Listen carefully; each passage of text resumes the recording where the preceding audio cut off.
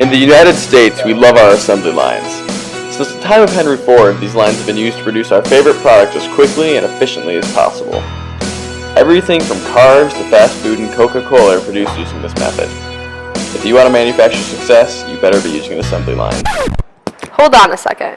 The assembly line is excellent for manufacturing products, but not for manufacturing students. Currently, we treat students like they're all the same, and we fail to acknowledge any difference between their learning abilities and styles.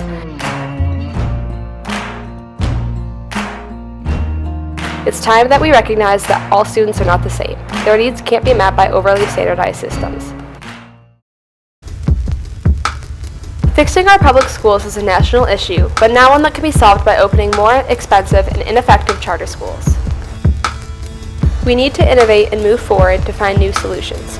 It's time that we work to address the specific needs of each student in their individual classrooms. There are no better innovators than teachers themselves, the men and women in the classroom side by side with these students.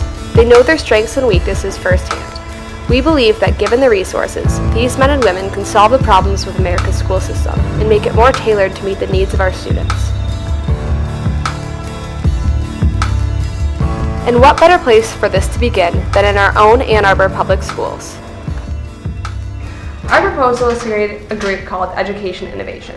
So one of the things that I noticed upon coming here to the University of Michigan was that a surprising number of my peers actually, some of them were not very well prepared for school, for the university coursework. The high school education in this country is actually lagging behind that of other countries.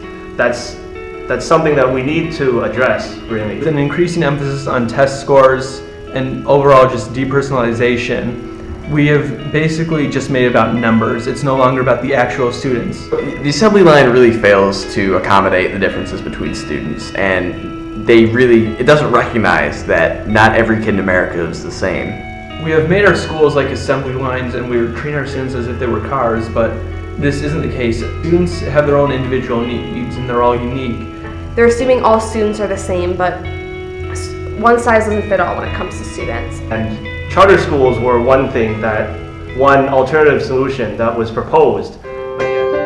Once upon a time, traditional public schools were the only kind of public school. They received all of the funding, and they were the sole focus of America's public education system, and everyone was happy.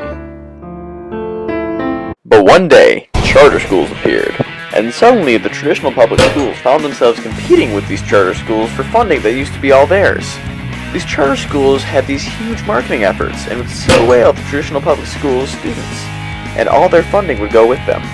These charter schools failed to fix any of the problems in America's public education system, and just left the traditional public schools hanging out to dry with little funding. They actually did not work out very well.